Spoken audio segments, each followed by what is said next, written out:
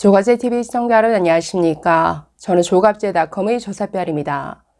2023년 9월 26일 오전 10시 30분을 가리키고 있습니다. 조금 전 이재명 대표가 영장 실질 심사를 받기 위해 서울중앙지법 청사에 도착했습니다. 10시를 조금 넘긴 10시 3분경의 모습을 드러냈는데 지각이죠. 원래 10시로 영장 실질 심사가 예정되어 있었는데 조금 늦게 도착했습니다. 이재명 대표는 지팡이를 집은 상태에서 부축을 받지 않고 우산을 들고 혼자 걸어서 청사 안으로 들어갔습니다. 대기하고 있던 기자들이 어떻게 방어할 것이냐 여러 질문을 던졌는데 어떤 답변도 하지 않았습니다. 오늘 오전 8시 30분 정도에 입원해 있던 녹색병원에서 나와서 출발했습니다. 나올 때에도 민주당 의원들, 정청래, 고민정 이런 최고위원들이 입구에 나와서 기다리고 있었는데 그냥 악수만 하고 별다른 입장 표명 없이 차에 올라탔습니다. 나올 때도 혼자 걸어서 지팡이를 짚고 걸어 나오는 모습이었는데 글쎄요 20일 넘게 단식을 했다라는 사람치고는 얼굴빛이 너무 좋아 보였습니다. 보통 단식을 하면 누구든지 얼굴이 굉장히 새카맣게 변하는데 얼굴 빛깔이 아주 좋고 정말 회복력이 상당히 좋은 것 같습니다. 아주 2번 정도 비틀거리기는 했지만 지팡이를 짚고 잘 걸어 나와서 10시 3분경에 서울중앙지법에 도착을 했습니다. 오늘 유창훈 부장판사가 이 영장 실질 심사를 맡게 되었는데 증거인멸 여부를 굉장히 중요한 판단 기준으로 보는 분이라고 알려져 있죠. 오늘 이재명이 구속될 것인가? 저는 구속이 될 것이다가 90% 이상 가능성이 있는 것으로 보고 있는데 반드시 구속되어야죠. 이 사건은 이재명이 구속되지 않는 게 이상한 사건입니다. 그 정도로 범죄의 중대성이라든가 형평성, 증거인멸 우려, 그리고 얼마나 많은 관련자들이 다 구속되어 있는 상태입니까? 이런 것들을 고려하면 구속되지 않는 게 이상한 사건이고 반드시 구속되어야 그게 합당한 이런 사건이다. 만약에 영장이 기각될 경우에는 이 유창훈 판사의 의도를 의심해야 될 만한 이런 사안으로 봅니다. 오늘 영장 실질 심사는 여러모로 기록을 깨지 않을까 싶은데 지금 검찰이 준비한 의견서만 1600쪽 가까운 분량이라고 합니다. 그리고 4시간 가까운 PPT까지 준비했다라고 합니다. 또 여러 가지 증거 자료, 녹취 자료 아주 만반의 준비를 한 것으로 알려져 있습니다. 이재명 측도 판사 출신의 변호인 2명을 중심으로 열심히 방어 전략을 구사할 것으로 보이는데 오늘 영장 심사까지 그러니까 최종 구속의 여부가 결정될 때까지 걸리는 시간 기존 기록을 깨지 않겠느냐 다들 예상하고 있습니다. 최장 시간이 지난해 12월에 있었던 서해 공무원 피격 사건의 서훈 전 국가안보실장에 대한 영장 심사였는데 당시 10시간을 조금 넘겼습니다.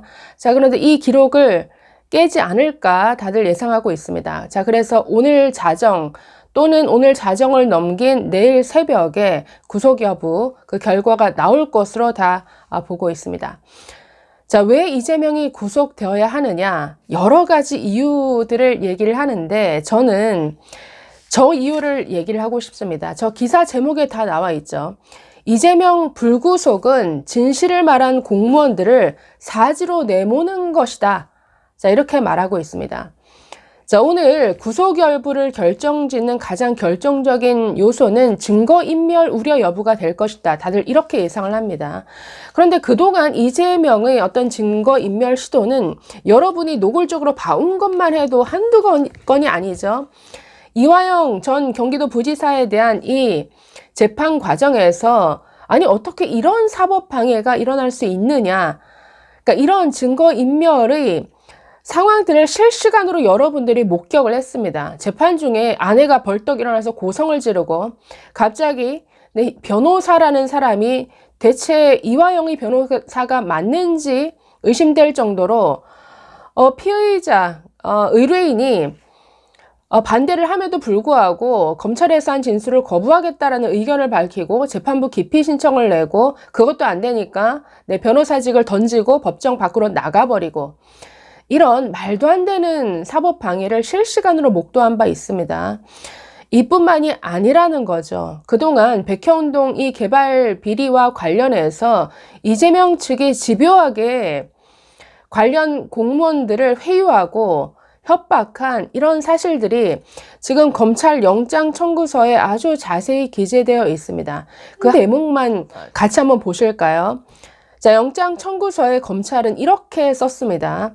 불구속 수사는 어렵게 용기를 내 진실에 협조한 실무 공무원들에게 허탈감과 사법제도에 대한 불신을 야기할 수 있을 뿐만 아니라 그들이 두려워했던 비난과 보복의 사지로 내모는 것과 다름없다라고 적시했습니다.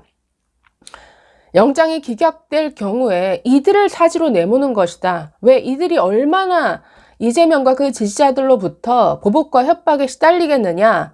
이걸 지금 이유로 썼습니다. 또 이렇게 말했습니다.